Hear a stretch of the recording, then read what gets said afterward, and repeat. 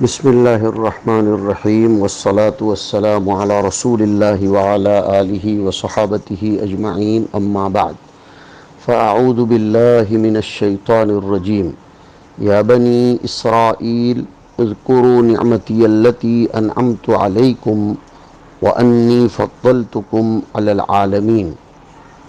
حق تعالی شانہ چونکہ اس سے پہلے بھی بنی اسرائیل سے خطاب کا آغاز فرما چکے ہیں، یہاں مزید تاکید کے لیے دوبارہ یا بنی اسرائیل کا لفظ دہرا رہے ہیں۔ جب کسی کو اپنی طرف متوجہ کرنے میں، مخاطب بنانے میں تاکید مقصود ہوتی ہے یا شفقت اور محبت مقصود ہوتی ہے تو اس وقت اس کے لفظ کو دہرایا جاتا ہے۔ یہاں بھی کچھ معاملہ ایسا ہی ہے۔ فرمایا اے بنی اسرائیل، میری ان نعمتوں کو یاد کرو جو میں نے تم پر کی ہے۔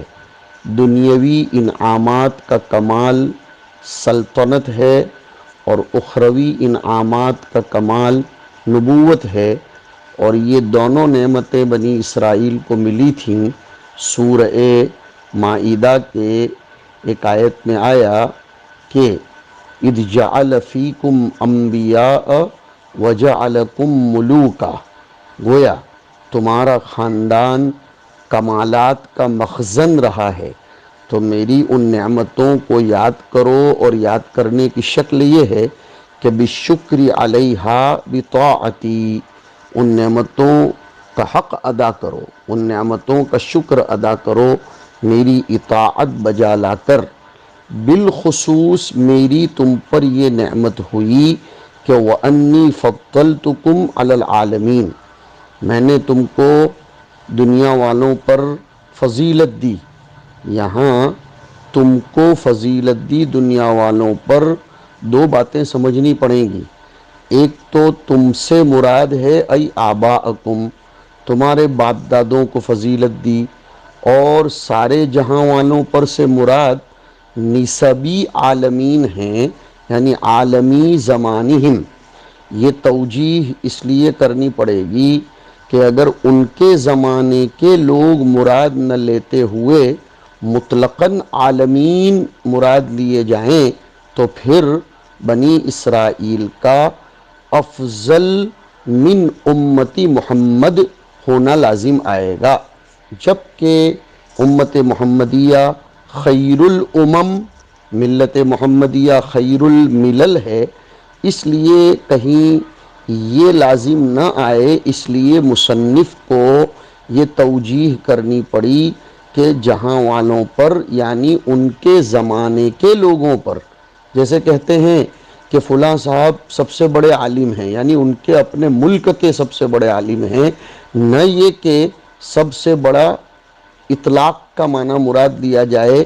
اسی طرح کہتے ہیں یہ کتاب سب سے اچھی کتاب ہے، یعنی اپنے فن کی سب سے اچھی کتاب ہے، علی الاطلاق مقصود نہیں ہوتا۔ دوسری بات یہ ہے کہ فضیلت کا تعلق جاہ سے ہے، یہ بہت بڑی عزت ہوتی ہے، وہ اللہ تعالیٰ نے ان کو نصیب کی تھی۔ جیسے میں نے ذکر کیا کہ ان میں بادشاہ بھی گزرے اور ان میں انبیاء کرام علیہم السلام بھی گزرے، اور تم کو فضیلت دی سے مراد تمہارے باپ دادوں کو، ورنہ حضور کے زمانے میں موجود بنی اسرائیل کو کوئی فضیلت نہیں تھی، وہ تو نرے مکذبین تھے۔ تو اللہ فرماتے ہیں کہ باپ دادوں کو فضیلت دی، اور یہ جملہ اس سے پہلے آیا تھا کہ باپ دادوں کی فضیلت حقیقت میں ابناء کی بھی فضیلت ہوتی ہے۔ آباء و اجداد کی عظمت یہ ابناء کی بھی عظمت ہوتی ہے۔ باپ دادوں پر کی جانے والی نعمتیں گویا اپنے آپ پر کی جانے والی نعمتیں ہیں، ان پر نعمتیں ہوئیں، ان کو بقا نصیب کیا گیا، تو اس کے نتیجے میں ان لوگوں کو بھی بقا اور وجود حاصل ہوا۔ اس لیے فرمایا کہ خاص طور پر اس فضیلت کو اور اس نعمت کو یاد کرو کہ میں نے سارے جہاں والوں پر تم کو ایک مقام بخشا۔ یہ وَأَنِّي فَضَّلْتُكُمْ عَلَى الْعَالَمِينَ عطف الخاص علی العام ہے، ورنہ نعمتی اللتی انعمت علیکم میں یہ شامل ہو گیا تھا۔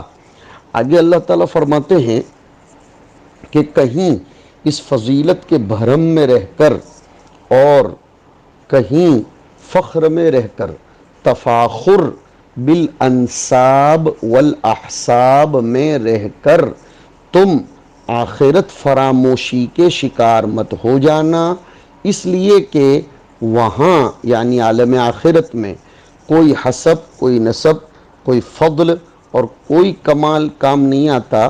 وہاں تو ان اکرمکم عند اللہ اتقاکم۔ اس لیے آگے کی آیت کریمہ میں فرماتے ہیں کہ واتقوا یوما لا تجزی نفس عن نفس شیئا ولا يقبل منها شفاعہ ولا یؤخذ منها عدل ولا هم ینصرون۔ اس لیے کہ بنی اسرائیل کو اپنے نبی زادے ہونے پر، سلطان زادے ہونے پر فخر تھا۔ خود قرآن کریم کہہ رہا ہے وقالت الیہود والنصارى نحن ابناء اللہ واحباؤہ، تو اللہ نے اس کا شاندار الزامی جواب دیا کہ قل فلم يعذبکم بذنوبکم، نہیں تم تو یہ سمجھو بل انتم بشر ممن خلق یغفر لمن یشاء ویعذب من یشاء۔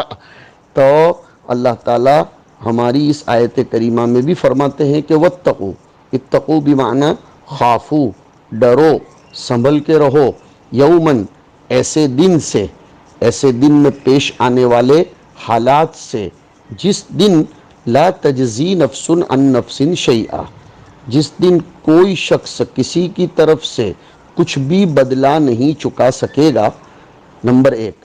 نمبر دو، اس دن کسی شخص کی طرف سے کوئی سفارش بغیر اجازت خداوندی کے، یاد رہے کہ ہم تفسیر پڑھ رہے ہیں، ترجمہ میرا مقصود نہیں ہے، بغیر اجازت خداوندی کے اس دن کسی کی کوئی سفارش قبول نہیں کی جائے گی۔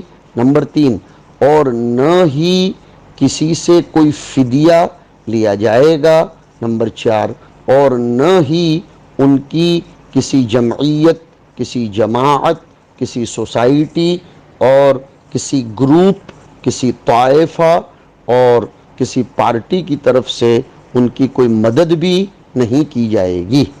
اصل میں طلبہ عزیز کو معلوم ہونا چاہیے کہ دفع مصائب کے چار راستے ہیں۔ آدمی اپنے اوپر آنے والی مصیبت کو چار میں سے کسی ایک راستے کے ذریعے دور کرتا ہے، یا تو مطالبہ کرتا ہے، یا معاوضہ کرتا ہے، یا سفارش کسی کی لگواتا ہے، یا نصرت و حمایت اس کی جاتی ہے۔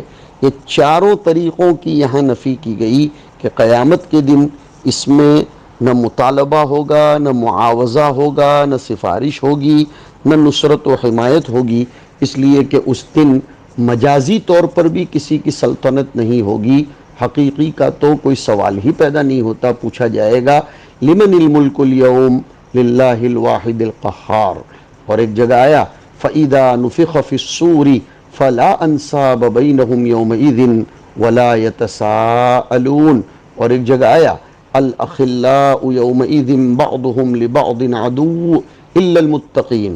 ایک جگہ آیا يَوْمَ يَفِرُّ الْمَرْءُ مِنْ أَخِيهِ وَأُمِّهِ وَأَبِيهِ وَصَاحِبَتِهِ وَبَنِيهِ۔ اور بہت وضاحت کے ساتھ سورہ لقمان میں آیا یا ایھا الناس اتقوا ربکم واخشوا یوما لا یجزی والد عن ولدہ ولا مولود هو جاز عن والدہ شیئا ان وعد اللہ حق فلا تغرنکم الحیاۃ الدنیا ولا یغرنکم باللہ الغرور۔ قرآن کریم کو قرآن سے ہی سمجھنے کی زیادہ عادت بنانی چاہیے، اسی میں ہمارے لیے بہتری اور عافیت بلکہ نجاح و کامرانی ہے۔ عام طور پر دنیا میں کوئی آدمی کسی کی طرف سے اپنے آپ کو پیش کر کے چھڑا لیتا ہے، یا کچھ لے دے کر چھڑا لیتا ہے، فون کر کے، خط لکھ کر، کوئی دو بات بول کر کسی کو چھڑا لیتا ہے، یا کسی کو چھڑانے کے لیے دھرنا دیتا ہے اور ایجیٹیشن نکالتا ہے، مارچ اور آندولن کرتا ہے، پھر کوئی نہ کوئی کام بنتا ہے۔ آخرت میں کوئی کسی کی طرف سے ان میں سے ایک کام بھی نہیں کر سکے گا۔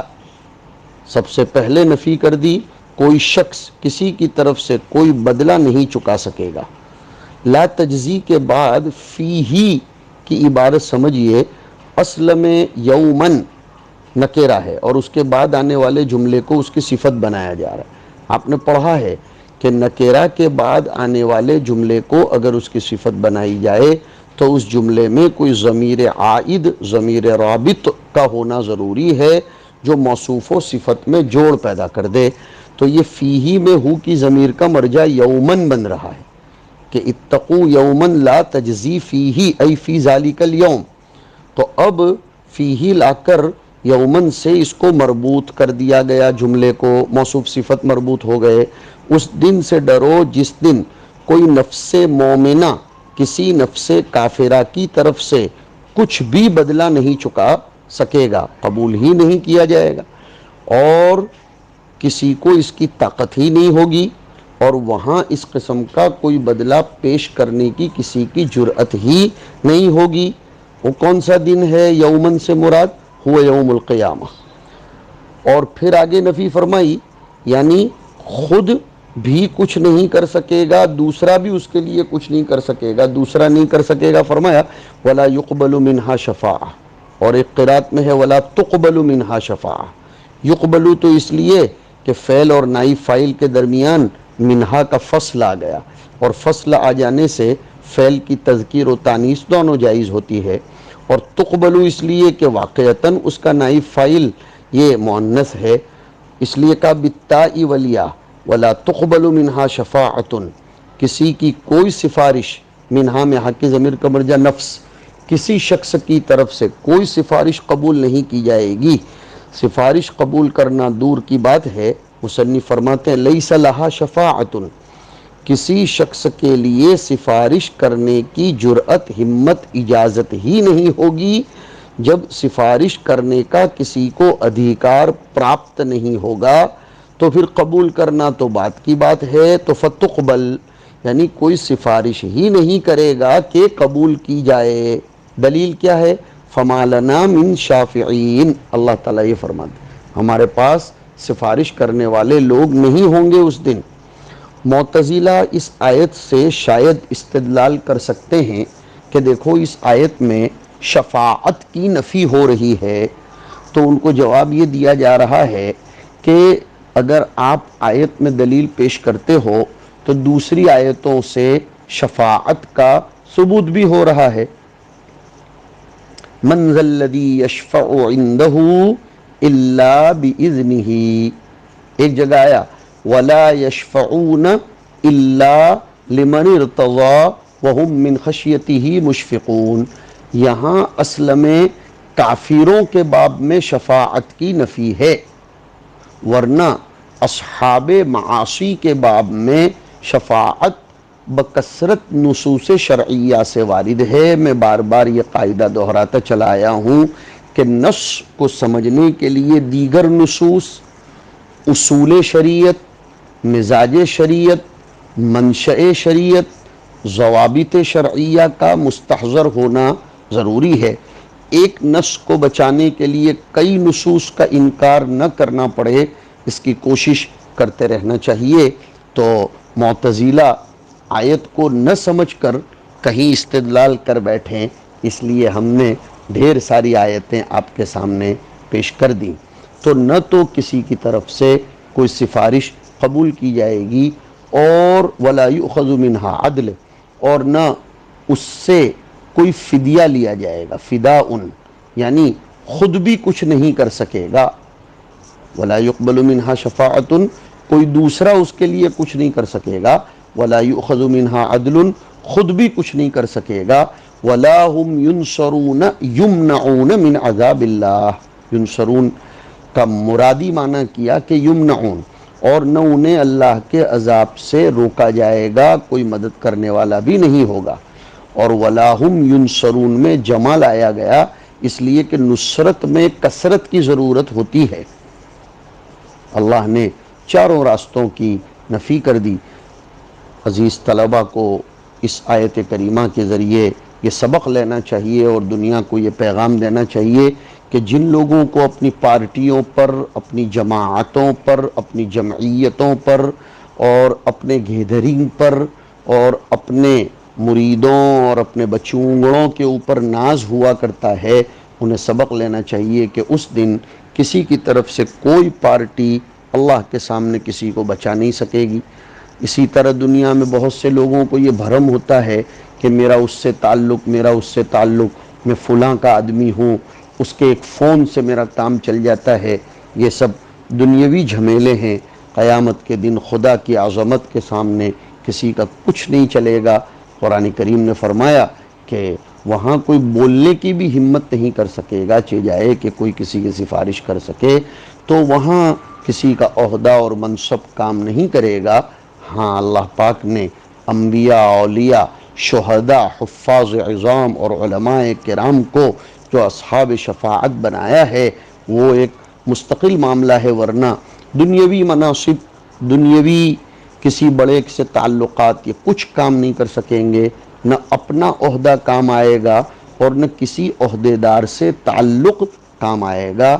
اور اس آیت کو اللہ تعالیٰ نے پون کے بعد والے رکوع میں جہاں بنی اسرائیل کے مضمون کو ختم کیا جاتا ہے وہاں بھی دہرایا ہے کہ وَاتَّقُوا يَوْمًا لَا تَجْزِي نَفْسٌ عَن نَفْسٍ شَيْئًا۔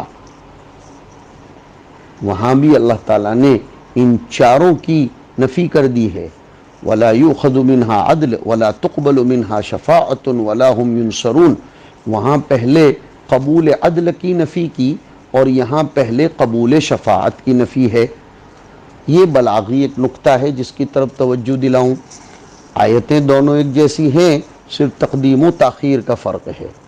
پارہ نمبر 16 کی آیت میں اسی طرح کی بات ہے، وَاتَّقُوا يَوْمًا لَا تَجْزِي نَفْسٌ عَن نَفْسٍ شَيْئًا، اور وہاں وَلَا تُقْبَلُ مِنْهَا شَفَاعَةٌ کو بعد میں ذکر کیا اور وَلَا يُؤْخَذُ مِنْهَا عَدْلٌ کو پہلے، یعنی پہلے قبول عدل کی نفی اور یہاں پہلے قبول شفاعت کی نفی ہے پھر قبول عدل کی۔ کیوں؟ زبردست بات مفسرین فرماتے ہیں، سماج میں دو قسم کے لوگ ہوتے ہیں، کچھ سافل ہوتے ہیں اور کچھ غیور قسم کے لوگ ہوتے ہیں۔ جو لوگ غیور ہوتے ہیں وہ تو اپنا کام خود ہی نکالنے کی کوشش کرتے ہیں، کسی کا احسان لینا نہیں چاہتے، اور جو سافل ہوتے ہیں وہ دوسروں کے کندھوں پر بندوق رکھ کر چلاتے ہیں، دوسروں کے سہاروں پر ہی جیتے رہتے ہیں، خود ذاتی کمال ان میں کچھ نہیں ہوتا۔ دونوں قسم کے لوگوں کا وہاں کوئی کام نہیں چل سکے گا، نہ سافلوں کا، نہ غیوروں کا، نہ خود سے کچھ کر سکیں گے اور نہ کوئی دوسرا ان کے لیے کچھ کر سکے گا۔ آگے اللہ تعالیٰ تفصیل بعد الاجمال سے کام لے رہے ہیں کہ میں نے تم پر نعمتیں کیں، ان نعمتوں کو تفصیل سے بیان فرماتے ہوئے کہتے ہیں وَإِذْ نَجَّيْنَاكُمْ مِنْ آلِ فِرْعَوْنَ۔ اِذ ظرفیہ ہونے کی بنا پر اس سے پہلے اذکروا مقدر مانا، اس وقت کو یاد کرو جبکہ ہم نے تم کو نجات دی فرعونیوں سے، تم کو یعنی ای آباءکم۔ اب وہی بات ہے کہ آباء و اجداد کو فرعونیوں سے نجات دلائی گئی، اس کا تذکرہ حضور کے زمانے کے یہود سے کیوں کیا جا رہا ہے، بنی اسرائیل سے کیوں کیا جا رہا ہے، اس کا جواب شاندار دے رہے کتاب سمجھو۔ والخطاب به ای بهذا الانعام وبما بعده، یعنی بالانعامات التي تأتی بعد هذا الانعام، یہ انعام یاد کروائے جا رہے ہیں حضور کے زمانے میں موجود بنی اسرائیل کو، اور اس کے بعد والے انعامات بھی مخاطب بنائے جا رہے ہیں ان انعامات کی تذکیر کے حضور کے زمانے کے بنی اسرائیل کو۔ کیوں؟ دیکھو عبارت، الخطاب به وبما بعده الموجودین فی زمن نبینا صلی اللہ علیہ وسلم، حضور کے زمانے کے بنی اسرائیل سے خطاب ہے۔ اخبروا بما انعم ای انعم اللہ علی آبائہم، یا بما انعم علی آبائہم، انہیں بتلائی گئی وہ نعمتیں جو ان کے باپ دادوں پر اللہ تعالیٰ نے کی.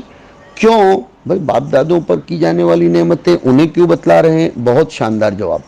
تذکیرا لہم بنعمت اللہ، انہیں باپ دادوں پر کی جانے والی نعمتیں یاد دلائی جائیں تو محسن کا تصور ہو باپ دادوں کی بقا جو اپنی بقا کا موقوف علیہ ہے، اس کا تصور ہو کہ اگر باپ دادے فرعونیوں کے ظلم و استبداد سے بچے نہ ہوتے اور اس کا اعلی کار اور تختئے ظلم بن گئے ہوتے، مشق ستم بن گئے ہوتے تو ختم ہو جاتے اور تمہارا بھی وجود نہ ہوتا.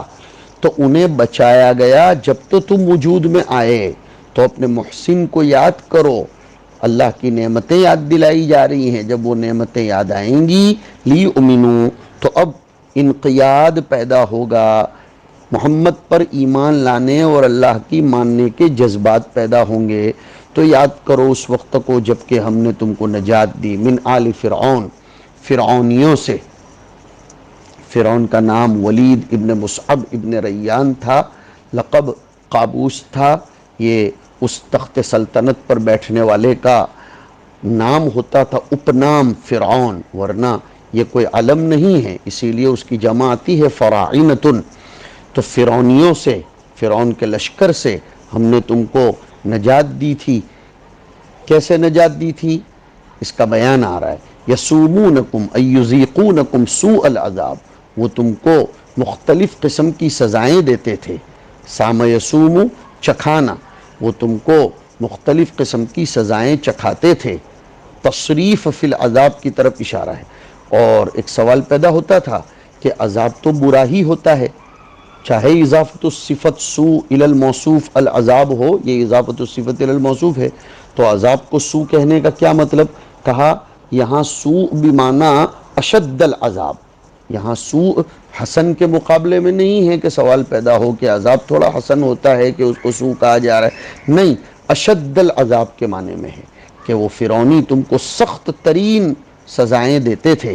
والجملۃ حال من ضمیر نجیناکم، یہ یسومونکم سوء العذاب حال ہے نجیناکم کی ضمیر سے کہ ہم نے تم کو نجات دی، درا حالے کہ وہ تم کو مختلف قسم کی سخت سزائیں دیتے تھے. وہ سزا کی شکل کیا تھی؟ یذبحون ابناءکم، کہتے ہیں کہ بیان لما قبلہ، سوء العذاب کا بیان ہے، اس لیے بلاغی اعتبار سے یہ مقام فصل ہے.